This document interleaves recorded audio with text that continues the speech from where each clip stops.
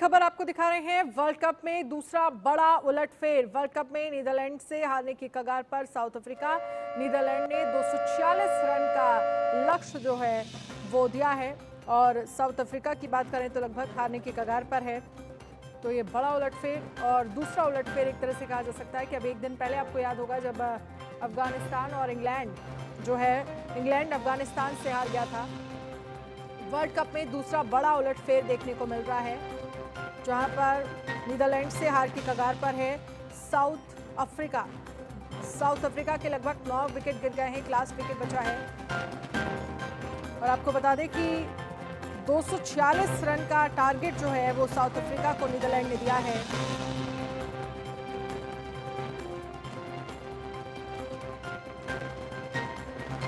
और इस पर हम चर्चा करेंगे किस तरह से आखिरकार स्ट्रैटेजी में कहां पर चूक जो है वो साउथ अफ्रीका की तरफ से हुई। इस पर चर्चा करने के लिए हमारे साथ एडिटर स्पोर्ट्स जुड़ेंगे मनोज जोशी जी, और साथ ही न्यूज रूम से हमारे साथ अनिल ठाकुर जुड़ेंगे। लेकिन एक छोटे से ब्रेक के लिए रुकेंगे, फौरन हाजिर होंगे। बड़ी खबर, वर्ल्ड कप में दूसरा बड़ा उलटफेर। वर्ल्ड कप में नीदरलैंड से हारने की कगार पर है साउथ अफ्रीका। नीदरलैंड ने 246 रन का लक्ष्य दिया है और साउथ अफ्रीका जो है वो इस टारगेट को चेस नहीं कर पाई। और अभी आपको बता दें, जो साउथ अफ्रीका की अगर हम बात करें तो लगभग 9 विकेट जो है वो गिर चुके हैं। चेस करने की कोशिश जो है वो साउथ अफ्रीका कर रहा है और वर्ल्ड कप में ये दूसरा बड़ा उलटफेर जो है वो देखा जा रहा है। मनोज जी हमारे साथ इस पर बने हुए हैं।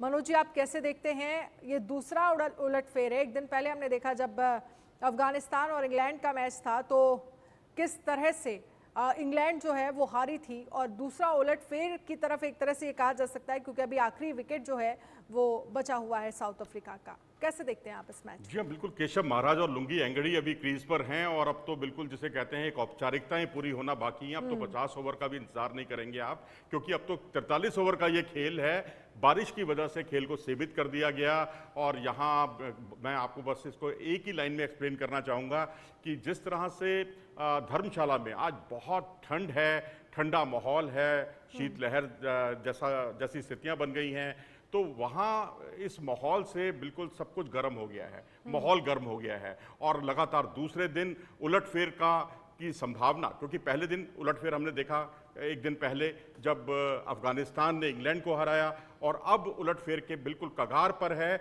और ये बहुत बड़ा उलटफेर है। और T20 वर्ल्ड कप 2022 में इसी टीम ने हराया था साउथ अफ्रीका को। जी हाँ, नीदरलैंड ने साउथ अफ्रीका को हराया था। तब वहाँ के जो कोच थे उन्होंने कहा था कभी इस टीम को हल्के से नहीं ले सकते, और जो T20 वर्ल्ड कप में हुआ वही अब यहाँ होने जा रहा है। और कहीं ना कहीं एक तरफ से ये मैसेज भी अनिल मुझे लगता है कि तमाम टीम्स को जा रहा है, क्योंकि एक उलटफेर जो है हमने देखा कि किस तरह से अफगानिस्तान और इंग्लैंड के बीच हुआ, जहां इंग्लैंड हार गई अफगानिस्तान से, और दूसरा उलटफेर ये कि अब जो समय है जब आप इंडिया की पिच पर होते हैं जहां पर बड़ी संख्या में हम ये कहते हैं कि रन बनते हैं, तो कोई भी टीम बड़ी और छोटी नहीं है, बस आप में कॉन्फिडेंस होना चाहिए सामने वाली टीम को हराने का।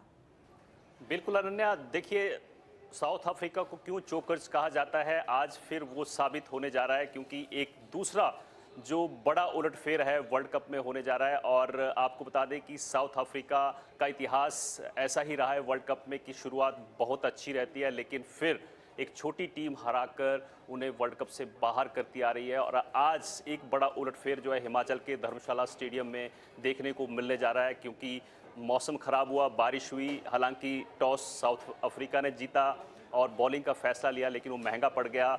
कोई भी बल्लेबाज उनके लगातार अच्छा प्रदर्शन कर रहे थे वो आज फिसडी साबित हुए हैं। और जो वर्ल्ड कप में उलटफेर वाला जो इतिहास है, मैं आपको बता दूं कि 1983 के वर्ल्ड कप की बात करें तो ऑस्ट्रेलिया को जिम्बाब्वे ने हराया था। 96 में वर्ल्ड चैंपियन उस वक्त वेस्ट इंडीज़ थी, कीनिया ने उलटफेर करके हराया था। और कीनिया ने फिर 2003 वर्ल्ड कप में श्रीलंका को हराया।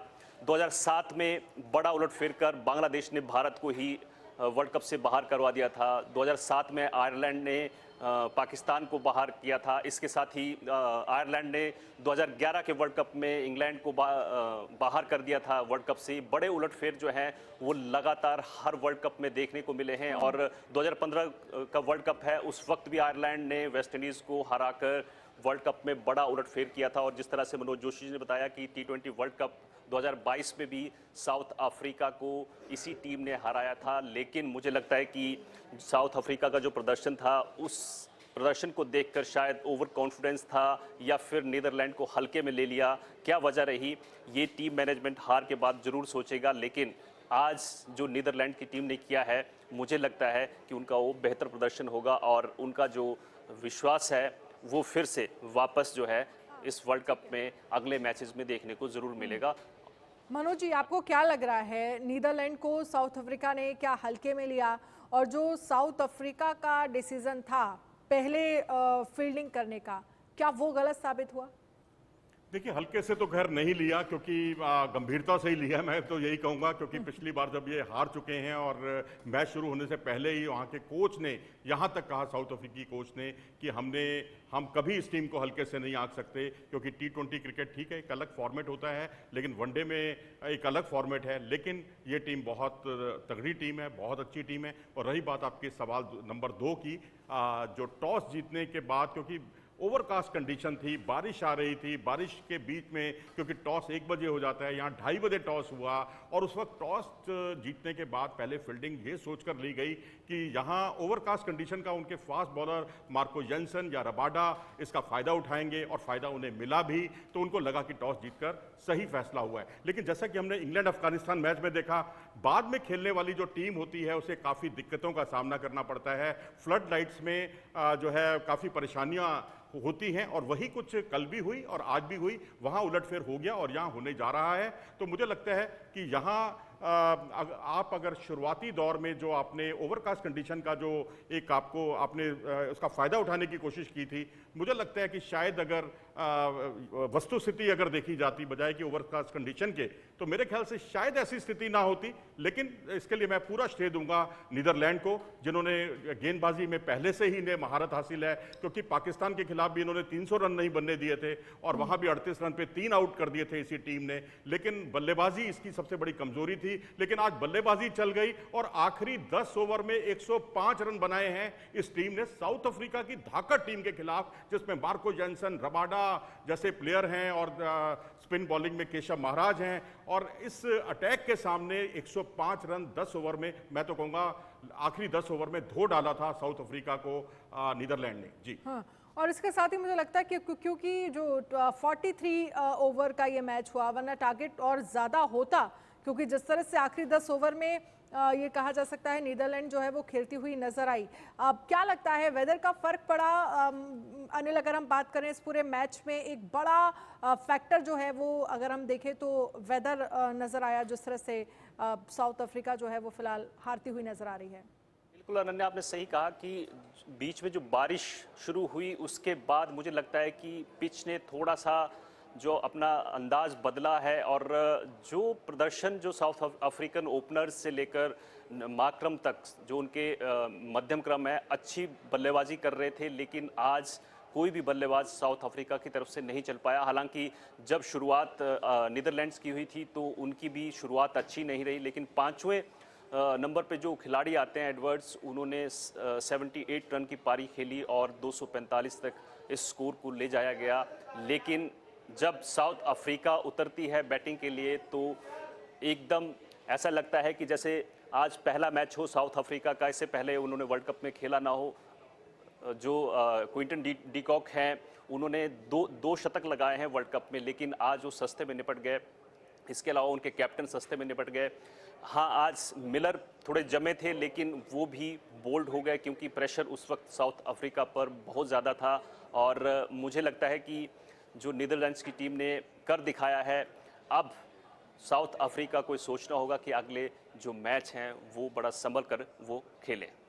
बिल्कुल। धर्मशाला की अगर पिच की बात करें मनोज जी, तो आप इस पिच को कैसे देखते हैं, किस फेवर में देखते हैं? क्योंकि हमने देखा बारिश का तो असर दिखा ही इस मैच में, इसके अलावा आप पिच को कैसे समझते हैं अगर हम धर्मशाला की बात करें? देखिए, धर्मशाला की जो पिच है परंपरागत तरीके से जो है यहाँ पर बाउंस भी होता है और गेंद बल्ले पर भी आती है। आज उतना बाउंस तो नहीं मिला, लेकिन आज कमिटमेंट के साथ बल्लेबाजी करना यहाँ बहुत अहम हो गया था, क्योंकि ओवरकास्ट कंडीशन ने जिस तरह से साउथ अफ्रीका को परेशानी में डाला शुरुआती ओवरों में, जिस तरह से और यहाँ वही स्थिति दोनों टीमों की रही। अगर आप देखेंगे दोनों में बहुत सिमिलरिटी रही है। अगर 89 रन में 5 विकेट जो है खोए एक टीम ने, तो दूसरी टीम ने 82 रन में 5 विकेट खो दिए। तो यानी स्थितियां एक जैसी थी, पावर प्ले भी लगभग एक जैसा था। एक टीम ने 1 विकेट खोया, दूसरी ने 2 विकेट खोए, लेकिन अगला पावर प्ले के बाद अगले ही ओवर में 1 विकेट गिर जाता है, तो वहां भी स्थितियां करीब करीब बराबर हो गई। तो यहाँ सब कुछ एक जैसा दिखाई दिया है। और यहाँ वान डर मर्व की मैं तारीफ करूंगा, जो उन्होंने शुरुआती जो उन्होंने कुल मिलाकर 2 विकेट जो चटकाए हैं, वो साउथ अफ्रीका ओरिजिन के हैं।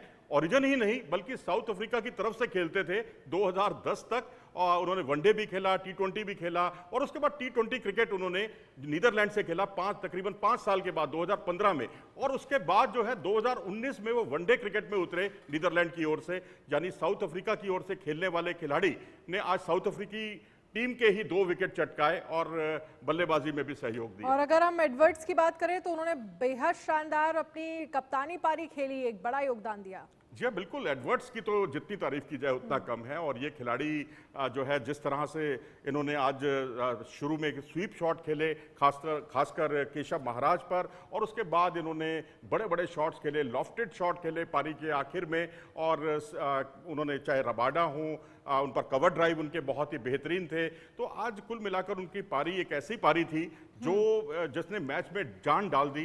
एक जैसे कहते हैं ना, एक मृत व्यक्ति में एक ऑक्सीजन का संचार करना, या जो बिल्कुल वेंटिलेटर पर हो, उस स्थिति में उस स्थिति से उबारना उस टीम को, वो काम आज उन्होंने कर डाला। और उन्होंने कुचला। लेकिन हाँ, अगर मैं ये देखूं, क्योंकि अगर हम नीदरलैंड की बात करें तो पावर प्ले की बात करें तो 9 ओवर में हमने देखा 28 रन बने, 2 विकेट गिर गए थे अनिल, और उसके बाद टीम ने जो संभाला है, जो स्कोर खड़ा किया है 43 ओवर में, वो काबिले तारीफ है। बिल्कुल, जैसे मैंने पहले बताया कि धीमी शुरुआत दोनों ही टीमों की हुई, लेकिन बाद में एडवर्ड्स आए और उन्होंने अपने स्कोर संभाला, 78 रन की पारी खेली और अपने स्कोर को ऊपर ले गए। लेकिन वही कंडीशन जो है साउथ अफ्रीका के साथ थी, लेकिन उसके जो मध्यम क्रम के बल्लेबाज हैं या फिर उनके बाद जो बल्लेबाज आने वाले थे, वो संभाल नहीं पाए पारी को और प्रेशर में आ गए, क्योंकि स्कोर जो है 245 के आसपास था। आपको याद होगा कि पिछला मैच इसी ग्राउंड पर इंग्लैंड का हुआ था श्रीलंका के साथ, बांग्लादेश के साथ, तो वहाँ पर एक बड़ा स्कोर जो है इंग्लैंड ने किया था 364 रन का। और मुझे लगता है कि जो बारिश है, बारिश के बाद कहीं ना कहीं पिच का रुख बदला है, और जो गलती शायद दिल्ली के ग्राउंड पर इंग्लैंड ने की थी, वही गलती मुझे लगता है कि आज धर्मशाला में साउथ अफ्रीका ने की है। अनन्या, बिल्कुल, मुझे लगता है कि एक बड़ा डिसएडवांटेज जो है वो साउथ अफ्रीका के लिए मनोज जी रहा, क्योंकि बारिश के बाद स्थितियां जो है एकदम बदल गई, और वो चीज़ जो है, क्योंकि नीदरलैंड पहले ही खेल चुकी थी, नीदरलैंड के वो फेवर में चली गई। जी हाँ, बिल्कुल। और यहाँ पर शायद बाद में गेंदबाजी करने का फ़ायदा उठाया मैं कहूँगा नीदरलैंड के गेंदबाजों ने, चाहे वो वान डर मर्व हो, चाहे ऑकरमन हो, चाहे वान बीकरन हो, और तो और वान बीक ने जो जिस तरह से, ये वान बीक के बारे में मैं आपको बता दूं कि ये वो खिलाड़ी हैं जिन्होंने वेस्ट इंडीज़ के खिलाफ जो है क्वालिफायर में 3 चौके और 3 छक्के पावर प्ले में लगाए थे और मैच जितवाया था। और ये खिलाड़ी जो है हेनरिक क्लासेन और डेविड मिलर के विकेट चटकाने में कामयाब हुआ। वो एक टर्निंग पॉइंट था मैच का, और तब लग रहा था कि शायद मैच कहीं भी जा सकता है, लेकिन इन्होंने जो 2 विकेट जल्दी जल्दी उखाड़े हैं, उससे बिल्कुल बैकफुट पर आ गई ये टीम। ठीक है, बिल्कुल बिल्कुल बिल्कुल बिल्कुल ठीक है सर, समय की कमी है। बहुत बहुत शुक्रिया हमसे बातचीत करने के लिए, हमारे साथ इस चर्चा में शामिल होने के लिए।